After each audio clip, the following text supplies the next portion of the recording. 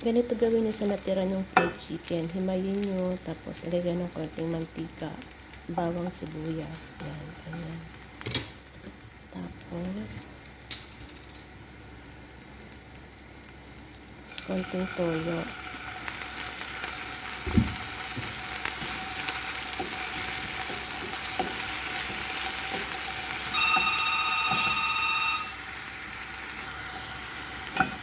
Yan.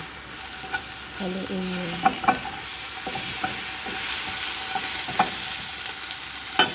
Maalaw ang apoy. Tapos, takpan.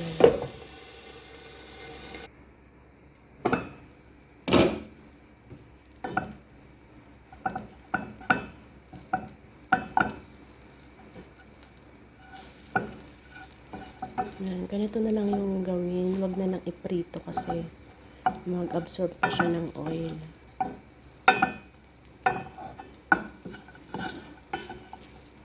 Happy eating!